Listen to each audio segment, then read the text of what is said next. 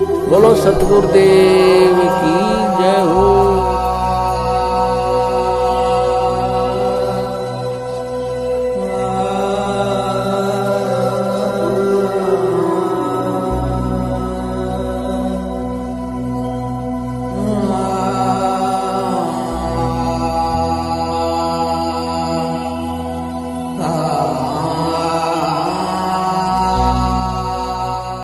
पहले तो बात है उनकी इस दलील पे विश्वास नहीं किया जा सकता पहली नजर में जी, लेकिन फिर भी ये अदालत में यह दलील दी जाएगी जो निचली अदालत होगी जिसमें केस ट्रायल होगा, उसमें अदालत क्या फैसला लेगी तो उस वक्त पता लगेगा जी। लेकिन प्रारंभिक तौर पर अगर इनको खुद को बंधक बनाया गया था, अगर हम इन्हीं की बात को सच मान लें जी, तो इनको बंधक बनाने वाले कौन थे? बिल्कुल। वो भी इन्हीं के लोग थे, इन्हीं के समर्थक थे।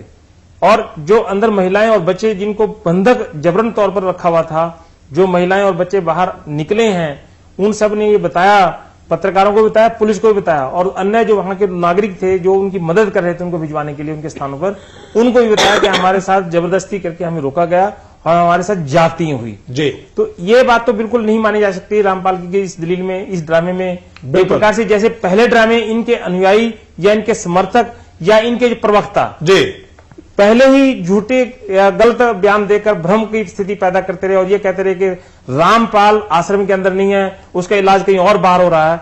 और एवं तहलका लगातार ये बता रहा था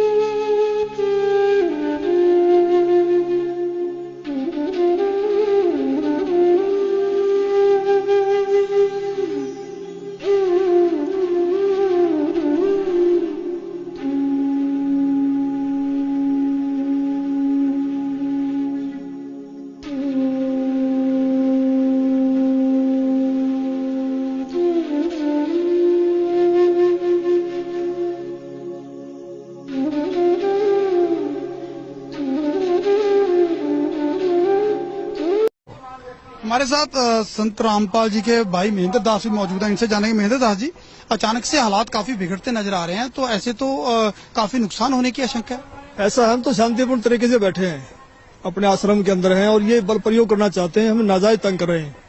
लेकिन आश्रम के लोग भी जैसे टकराव की स्थिति में नजर आ रहे हैं, तो क्या कोई बीच का रास्ता नहीं निकल सकता? बीच का तो यही है कि माननीय न्यायाधीश को चाहिए कि अपने पर विचार करे। हमको डकैत नहीं है, इतना बड़ा ये केस नहीं है, एक कोर्ट की अवमानना केस उन्होंने खुद बनाया, खुद सुन रहे हैं, इसमें न्याय की उम्मीद है।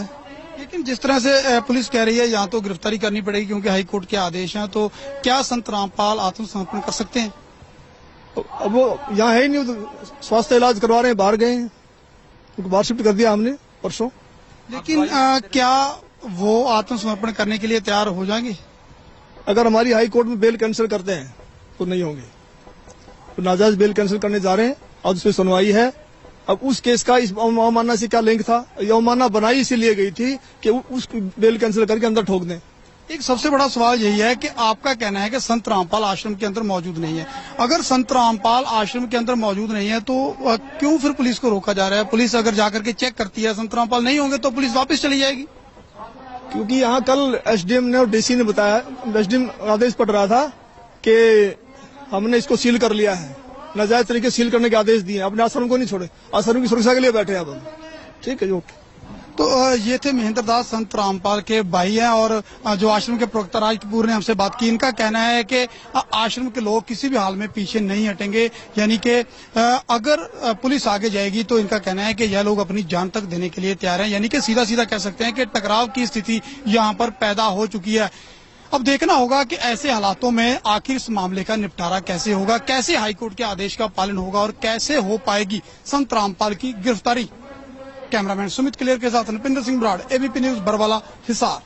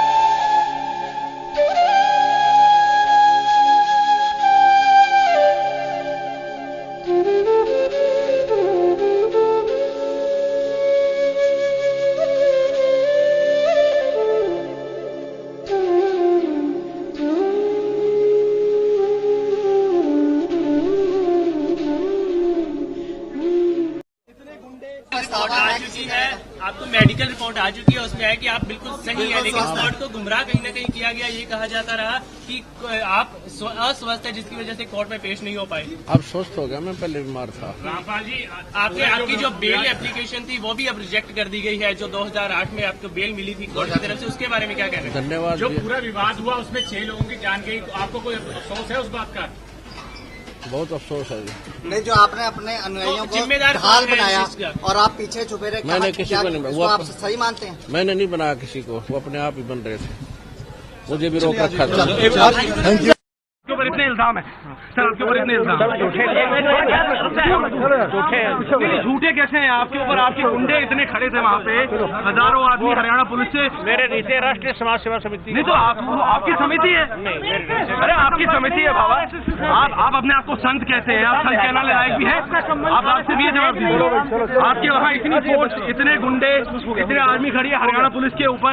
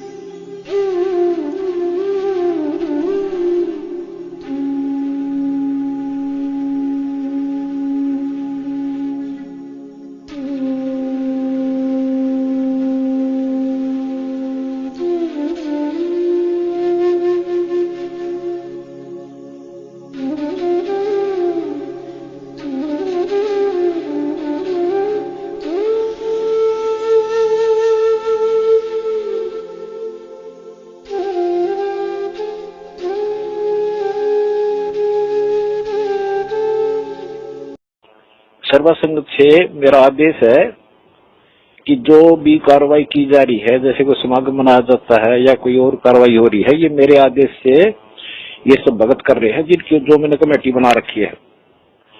इनके ऊपर विश्वास करो, अगर इससे अलग चलोगे तो तुम गुरुद्रोही में आ जाओगे। मैं सबकी डिटेल मंगाऊंगा, कौन कौन क्या क्या बकवास कर रहे हैं, उनको फिर मिशन से निकाल दूंगा, ताकि ये खत्म हो जाओगे भगवान के दरबार से, समझ गए। जो कमेटी मैंने निर्मित बना रखी है वो मेरी सहमति से, मेरी आज्ञा से, मेरे से सलाह करके कदम उठाती है। ये अपने आप कोई भी कदम नहीं उठाते। जो भी कार्रवाई हो रही है ये मेरी हो रही है। अगर इनका कोई विरोध करता है तो मेरा और मेरे कबीर भगवान का विरोध करता है, वो पाप आत्मा है, वो हमारे मिशन से बाहर निकाल दिया जाएगा। ठीक है, इस ऑडियो को सबको डाल दो, बता दो हरामखोरों को जो इस मिशन का नाश करना चाहते हैं। ठीक है जी गुरु, सच्चा है। तो ये ऐसे कुसंगत होती है, वो बर्बाद करती है उन्हीं को जो मंद बुद्धि होते हैं। नहीं तो ज्ञानवान तुरंत सोच लेते ये कोई बात है। इतने दिन हो गए गुरुजी ने, 15 साल हो गए, मैं नाम देते न, किसी को ऐसा कुछ कहा नहीं, कोई ऐसी दो बिली बात करी नहीं।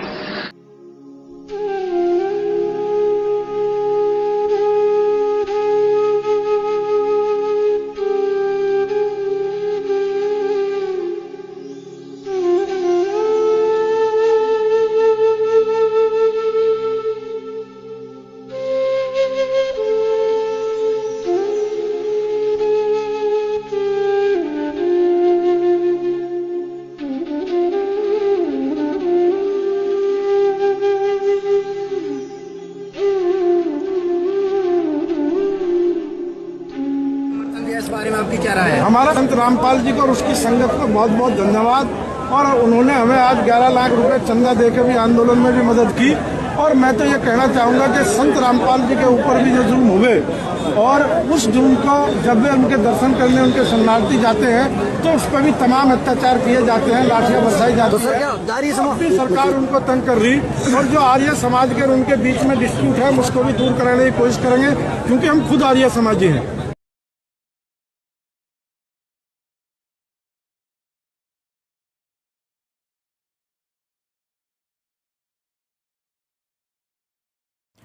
सत साहिब जी, अब सबसे पहले तो हमने करना ये है, जिस आत्मा ने परमपिता परमेश्वर सतगुरु रामपाल जी महाराज जी की सत भक्ति करके अपना आत्म कल्याण करवाना है, सबसे पहले उस आत्मा ने अपने दिलो दिमाग में इस बात को बैठा लेना चाहिए सृष्टि रचना को बार बार सुनकर और सतगुरुदेव जी के सत्संगों को आधार बनाकर कि वर्तमान में पृथ्वी पे कबीर परमात्मा मौजूद है, धरती पे भगवान है, और जिस आत्मा का दिल और उसकी आत्मा इस बात को स्वीकार कर लेगी, वो आत्मा कभी भी ज्ञान आधार से दूर होकर मनमाने तरीके से ना ही तो चल सकती है, और यदि मनमाने तरीके से कोई अन्य व्यक्ति उसको भक्ति मार्ग पर चलने की सलाह दे तो वो व्यक्ति कभी भी उसके झांसे में नहीं आ सकता है।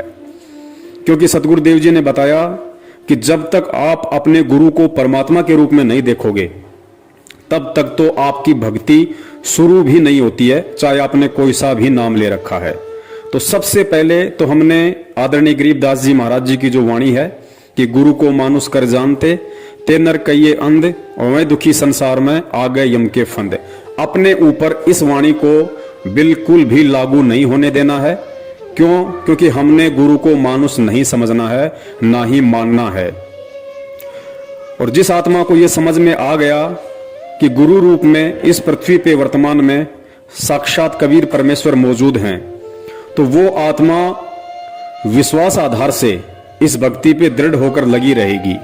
फिर उस आत्मा को चाहे कोई कितना ही भ्रमित करने की कोशिश करे, उसे कोई कितने ही उल्टे सीधे आदेश सुनाए, उसे कोई कितना ही डराए धमकाए, वो आत्मा ज्ञान आधार के विपरीत नहीं चल सकती है।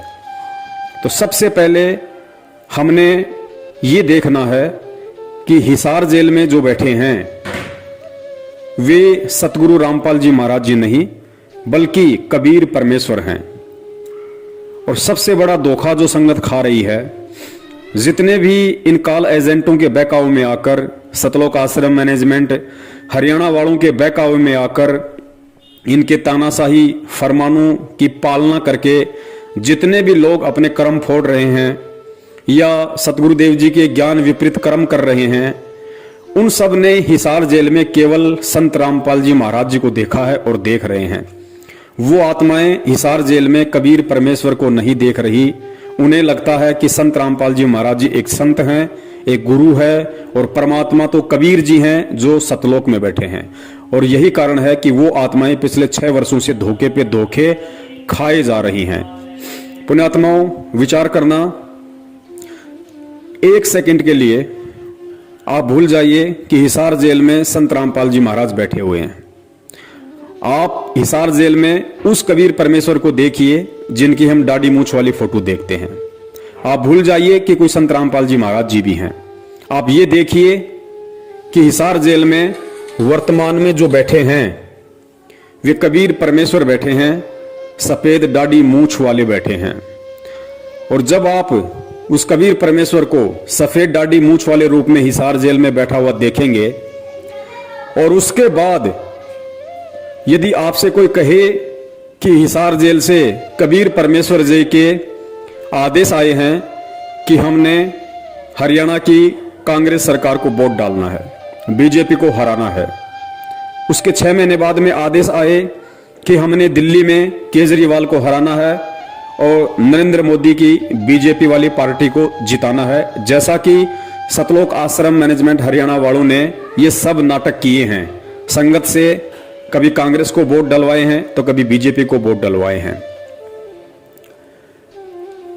आपको यदि हिसार जेल से आदेश आए कि आपने हरियाणा के जाट आंदोलन में शामिल होकर सरकार का विरोध करना है, आपको हिसार जेल से आदेश आए कि आपने राजस्थान की करनी सेना को समर्थन देना है, क्योंकि करनी सेना उस गैंगस्टर के समर्थन में है, उस गुंडे व्यक्ति के समर्थन में है जो 1-2 साल पहले पुलिस एनकाउंटर में मारा जा चुका था, जिसका नाम था गैंगस्टर आनंदपाल सिंह। क्या आप एक गैंगस्टर के समर्थन में उसकी सीबीआई जांच में खड़े हो सकते हैं जब आपकी अंतरात्मा इस बात को जान रही है कि हिसार जेल में साक्षात कबीर परमेश्वर दाढ़ी मूंछ वाले बैठे हैं? आप बिल्कुल भी इन आदेशों की पालना नहीं करेंगे। ना ही तो आप बीजेपी को वोट देंगे, ना ही आप कांग्रेस को वोट देंगे, ना ही आप किसी भी कुपात्र को दान देंगे, ना ही आप किसी भी गैंगस्टर की सीबीआई जांच का समर्थन करेंगे, जब तक आप हिसार जेल में दाढ़ी मूंछ वाले कबीर जी को देख रहे हैं। उसके बावजूद भी आप लोगों ने वो सारे उल्टे कर्म किए सतलोक आश्रम मैनेजमेंट हरियाणा के कहने पे। आप लोगों ने कांग्रेस को भी वोट दिए, आप लोगों ने बीजेपी को हराने के लिए कांग्रेस का समर्थन किया। फिर अगले 6 महीने बाद में दिल्ली में आप लोगों ने बीजेपी को जिताने के लिए केजरीवाल की गवर्नमेंट का विरोध किया, लोगों को जा जाके उत्साहित किया कि केजरीवाल को हराना है, बीजेपी को जिताना है। उसके बावजूद भी आप लोगों ने उसी गैंगस्टर आनंदपाल सिंह की सीबीआई जांच का समर्थन किया और आपने उसी राजपूत करनी सेना को राजस्थान के अजमेर में एक सभा के दौरान 5 लाख रुपए का चेक दिया। और उसके बाद उसी राजपूत करनी सेना का जब भिवानी के अंदर सम्मेलन था तो वहां भी आप लोग शामिल हुए। क्यों शामिल हुए? क्योंकि आप हिसार जेल में उस कबीर परमेश्वर को नहीं देख रहे थे, बल्कि आप हिसार जेल में संत रामपाल जी महाराज जी को देख रहे थे। अर्थात अभी तक आप लोगों ने अपने गुरु को कबीर नहीं माना, वरना आप ये कुक्रम, जब आपको ये कहा गया था कि ये हिसार जेल से गुरुजी का आदेश है, यदि उस समय आप अपने गुरु को कबीर के रूप में देख रहे होते तो कदापि आप इस तरह का कोई भी घटिया और ज्ञान आधारित आदेश नहीं मानते। तो यही सबसे बड़ी भूल हमने 650 साल पहले की थी और यही भूल हम वर्तमान में दोहराने जा रहे हैं कि हम गुरु को मानुष मान रहे हैं। और परमेश्वर की वाणी है कि गुरु मानुष कर जानते ते नर कहिए अंध, होवे दुखी संसार में और आग गए यम के फंद। तो सबसे पहले तो हमने इस बात को अपने दिलो दिमाग से निकाल देना है कि हम किसी सामान्य संत या किसी सामान्य व्यक्ति की शरण में हैं। हम जिस समर्थ की शरण में हैं वो स्वयं कबीर परमेश्वर है। और जब आपको इतना यकीन हो जाएगा तो आप ना ही तो किसी भी फर्जी नामदान केंद्र पे जाओगे, ना ही आप किसी को इन फर्जी नामदान केंद्रों से नाम दीक्षा दिलवाओगे, ना ही आप इन फर्जी नामदान केंद्रों से अन्य कोई दूसरा नाम लेने के लिए जाओगे, ना ही आप किसी हिसार की तारीखों पे घुटने तोड़ते हुए 10 गालियां खुद खाने और 10 गालियां अपने गुरुदेव को दिलवाने के लिए जाओगे, ना ही आप इन मनवस सतलोक आश्रम मैनेजमेंट हरियाणा वालों के किसी भी तानाशाही फरमान को मानोगे, क्योंकि आपकी आत्मा स्वीकार कर चुकी है कि मैं जिसकी शरण में हूं वो साक्षात कबीर है। और कबीर कभी भी दोगली बात नहीं कर सकता, कबीर कभी भी अपने भक्ति विधान के खिलाफ कोई भी आदेश नहीं दे सकता। तो सबसे पहले हमने गुरु को परमेश्वर मानना है, हृदय से आत्मा से स्वीकार करना है। और यह तब होगा जब हम सृष्टि रचना को बार बार सुनेंगे और सत्संगों की प्रत्येक लाइन पे गहनता से विचार करेंगे कि गुरुदेव इस सत्संग में किस वाणी का और क्या मतलब हमें समझाना चाहते हैं। उसके बाद में जिन लोगों को इन फर्जी नामदान केंद्रों से सन 2014 के बाद से नाम मिल चुका है, चाहे आपको प्रथम नाम मिल चुका है, चाहे आपको शतनाम मिल चुका है, और आज यदि आपको सच्चाई का पता चल गया है तो आपने सपने में भूलकर भी इन नामदान केंद्र और इन नामदान केंद्रों पर बैठे कुपात्रों की शक्ल तक नहीं देखनी है, वरना आप बहुत बड़े दोषी होगे। क्योंकि बरवाला कांड करवाने में मुख्य भूमिका सतलोक आश्रम मैनेजमेंट हरियाणा की ऊपर वीडियो में आप जी देख चुके हैं। और वही सतलोक आश्रम मैनेजमेंट हरियाणा का मुखिया महेंद्र भगोड़ा वर्तमान में सभी नामदान केंद्र खोल के बैठा है गुरु की आड़ में। तो आप यदि इन नामदान केंद्रों पे जाते हो, इन कुपात्रों को ज्योति पाठ दान का पैसा देते हो, इन कुपात्रों के फर्जी आदेशों को मानते हो, या इन कुपात्रों के कहने से आप जी गुरुजी की तारीखों पर हिसार में जाते हो व्यर्थ में अपना समय और पैसा बर्बाद करने, तो आप जी अभी अपने गुरु को कबीर परमेश्वर नहीं मान पाए हैं और आप जी भक्ति मार्ग में धोखा खा रहे हो। तो हमने बिल्कुल भी इन लोगों से किसी भी प्रकार का आध्यात्मिक संपर्क नहीं रखना है। तो जिन लोगों ने प्रथम नाम और सतनाम ले लिया है अनजाने में इन नामदान केंद्रों से, अब आगे उन्होंने इन नामदान केंद्र वालों से, सतलोक आश्रम मैनेजमेंट हरियाणा से, गुरुजी के परिवार वालों से और हर उस व्यक्ति से, चाहे वो भगत ही क्यों ना हो, जो सतगुरु के ज्ञान को आधार बनाकर नहीं चल रहा है और देखा देखी में चल रहा है, भेड़ चाल में, उस व्यक्ति से हमारा किसी भी प्रकार का कोई संबंध नहीं होना चाहिए। क्योंकि परमेश्वर कहते हैं कबीरा तहां जाइए रह संतन की प्रीत, इष्ट मिले और मन मिले, मिले सकल रस रीत। परमेश्वर कहते हैं भगत ने केवल उसी व्यक्ति या भगत के पास बैठना चाहिए जिसके रीति रिवाज, जिसका मन, जिसका इष्ट, जिसके कायदे कानून सेम हो, मिलते हों। तो वर्तमान में संगत में दो ग्रुप हैं। एक ग्रुप सतलोक आश्रम मैनेजमेंट हरियाणा जो बिल्कुल देखा देखी और अंधा होकर चल रहा है, दूसरा ग्रुप है सत्सेवक जो परमेश्वर के ज्ञान को आधार बना के चल रहे हैं। उसके बाद में जिस व्यक्ति ने अभी तक संत रामपाल जी महाराज जी से नाम दीक्षा नहीं ली है और जो व्यक्ति केवल उनके सत्संग ही सुन रहा है और उस व्यक्ति को यह सच्चाई मालूम पड़ चुकी है हमारी वीडियो देखकर, तो उस व्यक्ति ने भूल कर भी इन नामदान केंद्रों से कोई भी नाम दीक्षा नहीं लेनी है। उस व्यक्ति ने सबसे पहले गहनता से सत्संग सुनने हैं, सत्संगों को आधार बनाना है और सारी सच्चाई से परिचित होकर उस व्यक्ति ने जब तक सतगुरु रामपाल जी महाराज जी हिसार जेल से बाहर नहीं आते हैं तब तक उसने संकल्प नाम दीक्षा के माध्यम से भक्ति शुरू कर देनी है। संकल्प नाम दीक्षा क्या है, संकल्प नाम दीक्षा के माध्यम से भक्ति कैसे शुरू होगी, संकल्प नाम दीक्षा के अंतर्गत हमने क्या क्या करना पड़ेगा, वो सारी विधि एक 2.5 घंटे का वीडियो हम सत्सेवकों ने बना रखा है। वीडियो का लिंक इसी वीडियो के डिस्क्रिप्शन बॉक्स में आपको मिल जाएगा, आप उसको देख लीजिए, अच्छी तरह से उसको देखिए, समझिए, उसके बाद आप जी संकल्प नाम दीक्षा लें और अपने घर में भगवान को प्रकट करें। इसके अलावा आपने किसी भी प्रकार का ज्योति पाठ या दान का पैसा किसी भी उस कुपात्र व्यक्ति को नहीं देना है जो सतगुरु रामपाल जी महाराज जी के फर्जी आदेश बता बताकर पिछले 6 साल से संगत को लूटने में लगा हुआ है। गुरुदेव कहते हैं कि गुरु बिन दान पुण्य जो कर ही मिथ्या होय कभू न फल ही। और गुरुदेव कहते हैं कि गुरु बिन माला फेरते गुरु बिन देते दान, गुरु बिन दोनों निष्फल है चाहे पूछो वेद पुराण।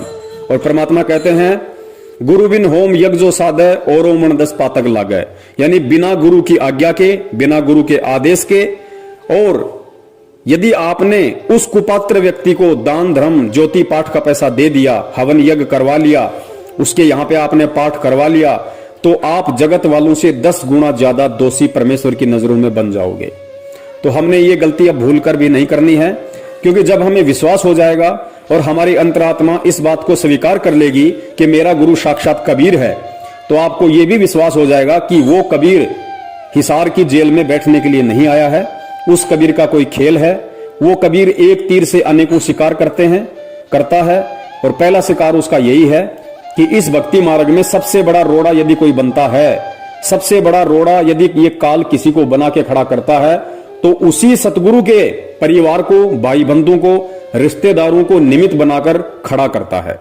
तो सतगुरु रामपाल जी महाराज जी ने सबसे पहले इस सतलोक आश्रम मैनेजमेंट हरियाणा अपने परिवार वाले, अपने रिश्तेदार, जो भी ये मैनेजमेंट है, जितने भी कोऑर्डिनेटर हैं, नामदान संचालक है, इन सबको ज्ञान आधार से प्रत्येक भगत के हृदय में ये जमा देना है कि हमने यदि भक्ति करनी है, यदि कबीर की भक्ति करनी है, हमने यदि सतलोक जाना है, तो हमने केवल और केवल अपने सतगुरुदेव जी के वचन और उनके ज्ञान को ही आधार बनाकर चलना पड़ेगा। और सतगुरु का उसके सत्संगों के अतिरिक्त अन्य कोई भी किसी प्रकार का आदेश नहीं होता है। सतगुरु का जो भी आदेश है वो उनका सत्संग है। सत्संगों से बाहर सतगुरु कभी भी दोगली बात करते हुए अन्य आदेश नहीं देता है। जिस प्रकार इन लोगों ने उसी कबीर परमेश्वर का नाम लेकर हमसे राजनीतियां करवा दी, हमसे आरक्षणबाजियां करवा दी, हमें अनेक प्रकार के सामाजिक संगठनों के धरनों में बैठा दिया, हमसे राजनीतिक पार्टियों का समर्थन और उनकी वोटिंग के लिए गली गली गांव गांव जाकर हाथ फैलवा दिए, हमारे से गुंडों की सीबीआई जांच करवा दी, कुपात्रों को लाखों की संख्या में, करोड़ों में दान दिलवा दिया। तो हमने अब ये गलतियां बिल्कुल भी नहीं करनी है। उसके बाद जिस आत्मा ने ज्योति या पाठ करवाना है या जिसकी इच्छा है, क्योंकि परमेश्वर कहते हैं कि साल में एक बार पाठ का संकल्प अवश्य करवाना चाहिए। तो साल में एक बार का मतलब है, वर्तमान में गुरुदेव जेल में हैं, आज हमारे बीच में शरीर रूप में नहीं है, तो परमेश्वर ने उसकी विधि बता रखी है। परमेश्वर ने कहा कि साधु भूखा भाव का, धन का भूखा नाही, और जो कोई धन का भूखा वो साधु भी नहीं। यानी जो असल में संत होगा, सतगुरु होगा, जो कबीर होगा, वो माया का भूखा नहीं होता, वो धन का पैसे का भूखा नहीं होता, वो केवल भाव का भूखा होता है। तो हमने जहां अपने घर में परमेश्वर का दरबार लगा रखा है, वहां पे हमने दंडवत प्रणाम करके, यदि हमने ज्योति संकल्प करनी है तो हम ज्योति की प्रार्थना करेंगे, यदि हमने पाठ का संकल्प करना है तो हम पाठ का संकल्प करेंगे, और परमेश्वर को दंडवत करके हम ये प्रार्थना करेंगे कि हे परमपिता परमेश्वर, आपका दास या दासी आप जी के चरणों में ज्योति का संकल्प करता है। हे परमेश्वर, इस दास के इस संकल्प को स्वीकार करें, और परमात्मा जिस दिन आप साक्षात हमें दर्शन देंगे, जब आप आश्रम में आएंगे, परमेश्वर उस समय, आज मैं जो संकल्प कर रहा हूं आपकी प्रेरणा से, परमेश्वर उस समय जो भी पैसा आप बताएंगे, आप कहेंगे, उतना पैसा मैं आप जी के कर कमलों में दूंगा। तो साधु भूखा भाव का, धन का भूखा नहीं। परमेश्वर अंतर्यामी होता है, घट घट का वासी होता है। इस तरीके से हमने ज्योति पाठ का संकल्प करना है। सेम लाभ परमात्मा देंगे क्योंकि ये सतगुरु का वचन है और भक्ति मार्ग में सतगुरु का वचन ही सर्वोपरि होता है, सर्वोत्तम होता है और सतगुरु का वचन ही उनके सत्संग होते हैं। इसके अलावा सतगुरु का यदि कोई सबसे बड़ा आदेश है तो सतगुरु के द्वारा हमें जो नित्य नियम दिया गया है वो सतगुरु का सबसे बड़ा आदेश है। हम सुबह सुबह जो नित्य नियम करते हैं वो केवल हमारे लिए आदेश है, सतगुरु का वो हमारे लिए आदेश है। हमने उन वाणियों पे अमल करना है, हम सभी ने उन वाणियों के अनुसार अपनी रहनी और करनी को करना है, जिससे कि सतगुरुदेव जी प्रसन्न हो, सतगुरुदेव जी हम पे खुश हों और हमारे को भक्ति धन से परिपूर्ण करें। तो आपने इस तरीके से जब तक सतगुरु रामपाल जी महाराज जी हिसार जेल से बाहर नहीं आ जाते हैं तब तक आपने इस ज्ञान को आधार बना के रखना है। और जब तक हम ज्ञान को आधार बना के नहीं चलेंगे, ज्ञान को आधार नहीं बनाएंगे, सतगुरु कभी भी हमारे से प्रसन्न नहीं होगा। परमेश्वर ने कहा कि 3 युगों से तुम्हें ये धर्म के ठेकेदार इसी तरह भगवान की आड़ में लूटते आए हैं और वर्तमान में भी यदि हम इन काले अंग्रेज और धर्म के व्यापारी सतलोक आश्रम मैनेजमेंट हरियाणा के हाथों लूटते रहेंगे, पिटते रहेंगे, तो पुण्यात्माओं फिर क्या फायदा उस परमेश्वर का ये शिक्षा देने का, और क्या फायदा फिर उस परमेश्वर से ये तत्व ज्ञान लेने का, और क्या फायदा फिर ये कबीर की भक्ति करने का। तो हमने हर स्थिति में सतगुरुदेव जी को खुश करना है, सतगुरुदेव जी को प्रसन्न करना है। और एक चीज अपने दिलो दिमाग से निकाल देना कि सतगुरुदेव किसी भी कानूनी प्रक्रिया से बाहर आएंगे। सतगुरु यदि बाहर आएगा तो अपने बच्चों को ज्ञान आधार से चलता हुआ देख कर आएगा, क्योंकि यदि हम अपने गुरु को कबीर मान रहे हैं और मान चुके हैं तो यह भी निश्चित है कि इस दुनिया की कोई भी जेल उस कबीर को 4 दीवारी में कैद करके नहीं रख सकती। वो कबीर अनंत कलाओं का स्वामी है, वो एक रूप में जेल में है, दूसरे रूप में हम सबके घर में और घट में विराजमान है, तीसरे रूप में वो सतलोक में बैठा हुआ है। और परमेश्वर भी कहते हैं कि मोकू कहां ढूंढे रे बंदे, मैं तो तेरे पास में। परमेश्वर हमें रोज संध्या आरती में पढ़ाते हैं कि घट ही में गंगा, घट ही में यमुना और घट ही में है जगदीश, सतगुरु तारेंगे। तो जब तक हम इन वाणियों पर विश्वास और अमल नहीं करेंगे और हम उस कबीर परमेश्वर को, उस गुरुदेव को यदि हम अपनी अज्ञानता और मूर्खता के चलते हम उनको नामदान केंद्रों पे देखेंगे, हम उनको हिसार में देखेंगे, हम उनको मैनेजमेंट के जो कि काल एजेंट है उसके सत्संगों में देखेंगे, तो पुण्यात्माओं हम कभी भी उस परमात्मा के दिल में जगह नहीं बना पाएंगे और कभी भी हम ज्ञान आधार से इस भक्ति पे नहीं चल पाएंगे। और जब तक हम ये दोनों गलतियां करते रहेंगे परमात्मा कभी भी हम पे प्रसन्न नहीं होगा। तो आप सभी ने इस ज्ञान को आधार बनाकर सतगुरुदेव जी को प्रसन्न करना है और अपने भक्ति धन को बचा के रखना है। कोई भी काल एजेंट, कोई भी काल का दूत हमें किसी भी मोड़ पे कोई भी उल्टा आदेश बताकर लूट ना सके। सतगुरुदेव जी ने तो एक समय यहां तक कहा था अपने बच्चों पे विश्वास करके कि बच्चों, जिस व्यक्ति ने 2 से 3 साल तक इस ज्ञान को सुन लिया उसको ब्रह्मा विष्णु महेश भी आ जाए तो उसको भ्रमित नहीं कर सकता। जबकि हम देख रहे हैं कि जिन व्यक्तियों ने 10-10 साल से नाम ले रखा, 20-20 साल से नाम ले रखा है, उनको ब्रह्मा विष्णु महेश तो छोड़िए, ब्रह्मा विष्णु महेश के नाखून के बराबर भी जो नहीं है, सतलोक आश्रम मैनेजमेंट हरियाणा ये पिछले 6 साल से किस कदर उन भक्तों की दुर्गति करवा रहा है, उनको ज्ञान के विपरीत चलवा रहा है। तो फिर हम कब उस लायक बनेंगे जिस लायक हमें सतगुरु यहां पे ज्ञान देकर बनाने आए हैं। तो हमने विश्वास के साथ भक्ति करनी है और हम अपने गुरु को यदि कबीर मान चुके हैं तो विश्वास रखना कबीर बाहर आएगा, कबीर पूरी सृष्टि को नाम देगा। कबीर का वचन है, कबीर ने कबीर सागर में लिखवा दिया था कि धर्मदास जब वो 5505 वर्ष वाला समय बीत जाएगा उसके बाद एक समय ऐसा आएगा जब पूरी सृष्टि मेरे से नाम लेगी, हर घर में सतनामी होंगे। और परमेश्वर ने कहा था कि सकल सृष्टि परवानिक होई, और मालिक कहते हैं घर घर होगा बोध विचारा। तो ये भक्ति विश्वास की है। अगर विश्वास नहीं है तो चाहे आप कितनी ही भक्ति कर लो, कितना ही आप दिखावा कर लो, कितना ही आप दान धर्म कर दो, आपको कुछ भी मिलने वाला नहीं है। ठीक है, जो आप ये 5 यज्ञ आप जी करते हैं ये आपको मिल जाएगा, लेकिन आपको कबीर और उसका सतलोक नहीं मिलेगा। तो इस तरीके से सतगुरु रामपाल जी महाराज जी के हिसार जेल से आने तक, और विश्वास रखना सतगुरु चाहे आए कल, सतगुरु चाहे आए 10 साल बाद, सतगुरु चाहे आए 20 साल बाद, और चाहे सतगुरु की मौज वो जेल से ना आए, लेकिन हमने यदि उनको कबीर मान लिया है, सतगुरु मान लिया है, तो हमने ज्ञान आधार की पूंछ पकड़ के इस भक्ति मार्ग पे निश्चिंत होकर लगे रहना है। क्योंकि पुण्यात्माओं, विचार करना, सतगुरु के मिलने से पहले आप और हमें बिल्कुल भी नहीं पता था कि सतगुरु क्या होता है, सतलोक क्या है, मोक्ष क्या है, और हमारा ये जीवन प्राप्त करने का मकसद क्या है। तो परमात्मा ने खुद ही हमारा हाथ पकड़ा, खुद ही हमें ये जानकारी करवाई। तो निश्चित सी बात है पुण्यात्माओं, जब हमारी कोई औकात ही नहीं है, जब हमारी अपनी कोई सोच और विचार ही नहीं है, और कबीर परमेश्वर ने खुद हमें एक सोच दी, हमें एक विचार दिया, हमें इस भक्ति मार्ग पे लगाया, तो जाहिर सी बात है हमें सतलोक पहुंचाने का काम, हमें सतलोक में बैठाने की जिम्मेदारी स्वयं उस कबीर परमेश्वर की है। अब वो उनकी मर्जी, वो चाहे तो इस जन्म में बैठा दे, वो चाहे तो अगले 10 जन्म के बाद बैठा दे। हमें बिल्कुल भी इस बात की चिंता नहीं करनी है, क्योंकि हम अपना सब कुछ कबीर परमेश्वर को सौंप चुके हैं। ऐसा नहीं है कि हम आज पहली बार उस कबीर परमेश्वर की शरण में आए हैं। अनंत युग हो गए हमें इस परमात्मा की शरण में रहते हुए, और जब अनंत युग बीत जाते हैं तब ये ज्ञान थोड़ा थोड़ा समझ में आने लगता है। क्योंकि परमेश्वर ने मीराबाई के लिए कहा था कि साधु सेती मस्करी, चोरा नाल खुशहाल, मल अखाड़ा जीतेंगे ये युगों युगों के माल। मल अखाड़ा यानी भक्ति रूपी अखाड़ा केवल वही आत्मा, वही पहलवान जीतेगा जो युगों युगों से कबीर परमेश्वर की भक्ति करता आ रहा है। तो जितनी बार भी हम इस कबीर परमेश्वर की शरण में आए हैं, हर बार हम यही सोचते थे कि अब की बार हमारा मोक्ष पक्का है, अब की बार हमारा मोक्ष पक्का है, जैसा आज हम वर्तमान में सोच रहे हैं। लेकिन क्या उन युगों में हमारा मोक्ष हुआ? नहीं हुआ। हमारे चाहने से कुछ नहीं होगा, क्योंकि परमेश्वर कहते हैं कि मनु मनोरथ ना कीजिए, तेरा किया ना होए, जय पानी से घी निकले तो लूखा खाए ना कोई। तो जब हमने अपना तन मन धन सब कबीर परमेश्वर को सौंप दिया है, तो हमने निश्चिंत हो जाना चाहिए कि वो परमेश्वर अब हमें 84 लाख योनियों में नहीं जाने देगा।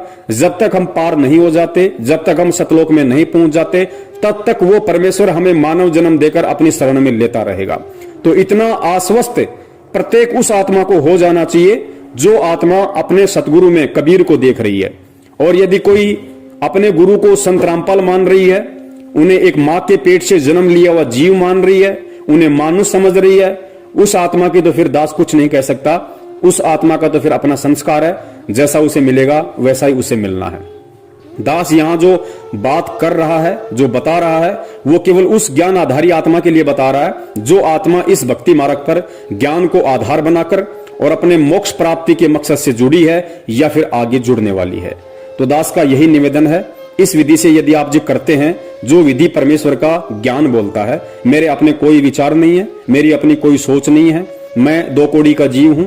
आज अगर मैं कुछ बोल पा रहा हूं तो केवल परमेश्वर की रजा से, उन्हीं के ज्ञान आधार अनुसार बोल पा रहा हूं। दास की स्थिति केवल वैसी है जैसा कि कहते हैं कि अल्लाह मेहरबान तो गधा पहलवान, इससे बढ़कर कोई औकात नहीं है। जिस भाई को उचित लगे वो सतगुरु रामपाल जी महाराज जी के इसार जेल से आने तक इस विधि से इस सत भक्ति मार्ग पर लगा रहे, और जिस भाई को नहीं मानना है तो भक्ति मार्ग में किसी पे कोई बाध्यता नहीं है। परमेश्वर ने आत्माओं को सतलोक में भी स्वतंत्र रखा हुआ था, और परमेश्वर ने यहां भी आत्माओं को स्वतंत्र रखा हुआ है। और काल भगवान के साथ वचन था, काल ने कहा था कि परमात्मा आप धरती पे जाओगे, अपना ज्ञान प्रचार करोगे, जो आपके ज्ञान को समझकर आपको स्वीकार करे वो आपका, और जो आपके ज्ञान को स्वीकार ना करके आपको स्वीकार ना करे वो परमेश्वर मेरा, आप जबरदस्ती किसी को ना ले जाना। और सतलोक में भी यही था, परमात्मा ने हम सभी आत्माओं को स्वतंत्र रखा हुआ था। जब काल ने कहा कि परमात्मा मुझे ये आत्माएं दे दो, तो परमेश्वर ने उसको मना कर दिया कि सब कुछ दे सकता हूं, और ब्रह्मांड चाहिए तो और ले ले, लेकिन ये आत्मा मेरा निज अंश है, ये मैं तुझे नहीं दे सकता। हाँ, यदि कोई आत्मा अपनी स्वेच्छा से तेरे साथ में जाना चाहे तो वो तू ले जा सकता है। इसका मतलब परमात्मा ने वहां पे भी आत्मा को स्वतंत्र रखा हुआ है। और वहां जब आत्माओं ने उस स्वतंत्रता का दुरुपयोग किया, नाजायज फायदा उठाया, तो उसका जो परिणाम है, जो सजा है, आज हम यहां अनंत युगों से गधे, कुत्ते और सुअर बनकर भोग रहे हैं। और वर्तमान में भी उसी परमात्मा ने हमें स्वतंत्र रखा हुआ है। और स्पेशली हिसार जेल जाने के बाद तो हम सबको खुला छोड़ दिया, बिल्कुल हमें अपने से अलग कर दिया कि अब तुम केवल मेरे द्वारा दिए गए ज्ञान को आधार बनाकर चलो, और यह साबित करो कि तुम कितना मुझे पहचान पाए, कितना तुम इस भक्ति मार्ग को पहचान पाए, और कितना अभी तुम सतलोक जाने के लिए तैयार हुए हो। तो आत्मा आज भी स्वतंत्र है, और स्वतंत्रता का ये फायदा काल उठा रहा है कि काल अपना चाल खेलकर, अपना दाव खेलकर इन आत्माओं को उसी गुरु की आड़ में, उसी गुरु के नाम से कभी राजनीति करवाता है, कभी आरक्षणबाजी करवाता है, कभी गुंडों की सीबीआई जांच करवाता है, कभी मनमाने तरीके से ज्योति पाठ करवाता है, तो दान का पैसा लेता है, जो कि सतगुरु के भक्ति विधान में बिल्कुल भी नहीं है। तो समझना आप लोगों ने है, विचार आप लोगों ने करना है किस तरह से, किस विधि से आपने परमेश्वर को खुश करना है और अपना ये अनमोल मानव जीवन सफल बनाना है।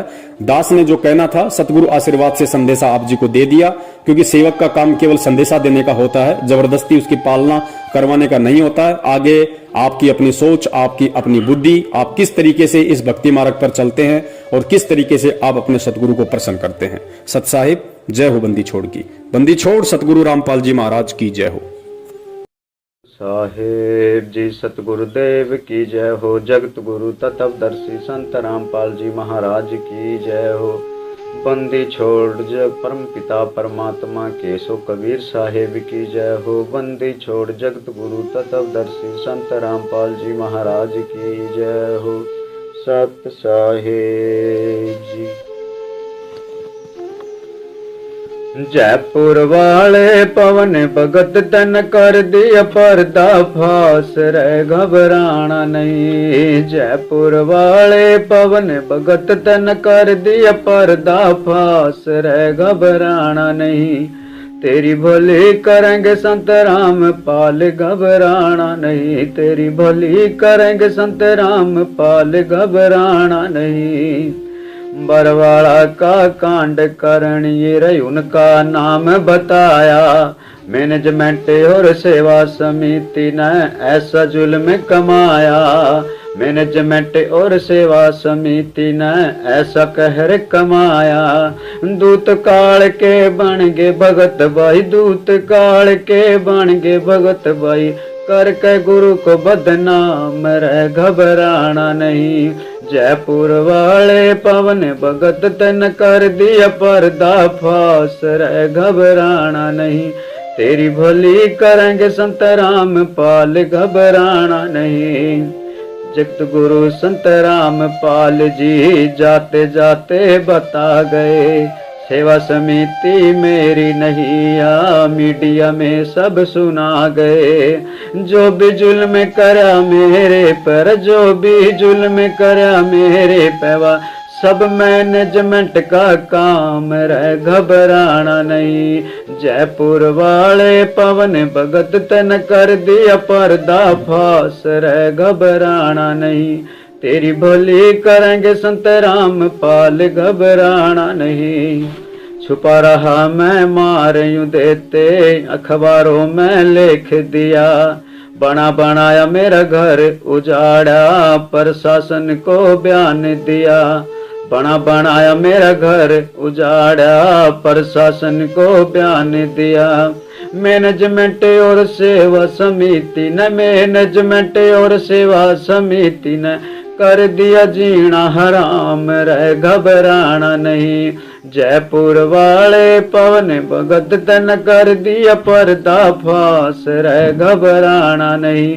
तेरी भली करेंगे संत राम पाल, घबराना नहीं। पुलिस रिमांड में रामपाल जी ने सीधे तौर पर नाम धरा। राम कुमार डाका बलजीत राजेंद्र ने जुल्म करा। राम कुमार डाका बलजीत राजेंद्र ने जुल्म करा। राज कपूर साथ में शामिल, राज कपूर साथ में शामिल। कर बरवाड़ा का कांड, रे घबराना नहीं।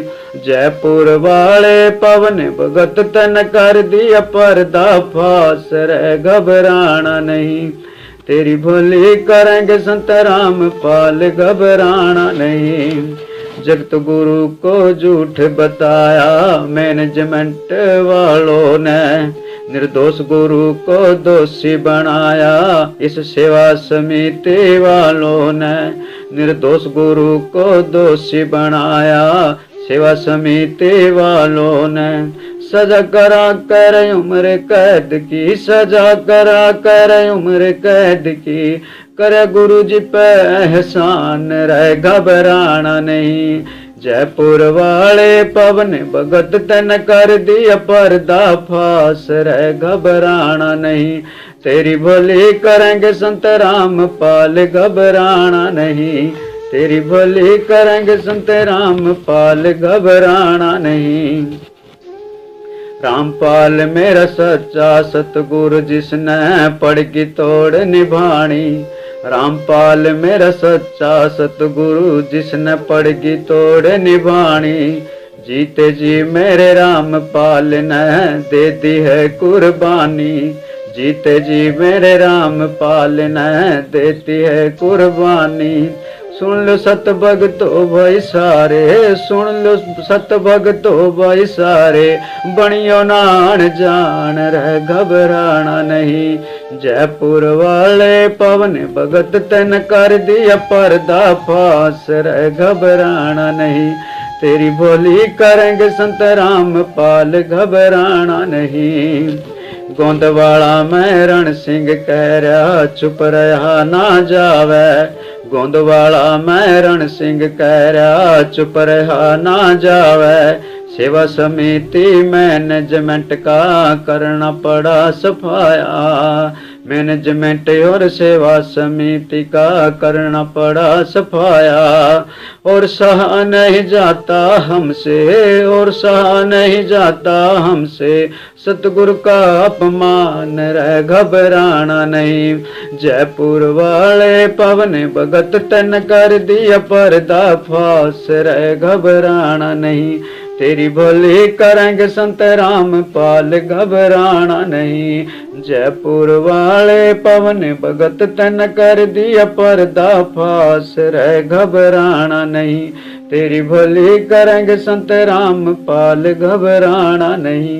तेरी भली करेंगे संत रामपाल, घबराना नहीं। सत साहेब जी।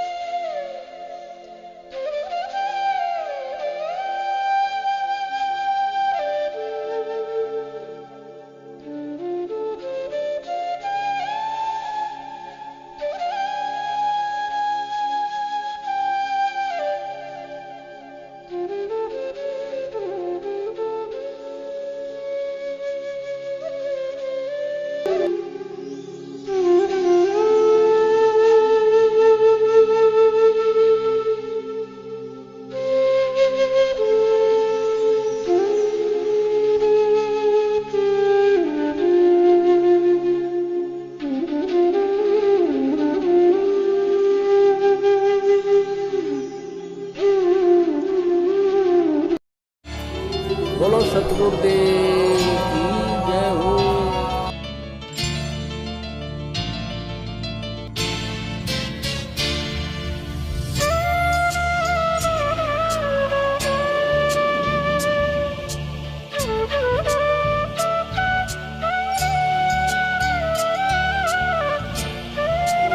बोलो सतगुरुदेव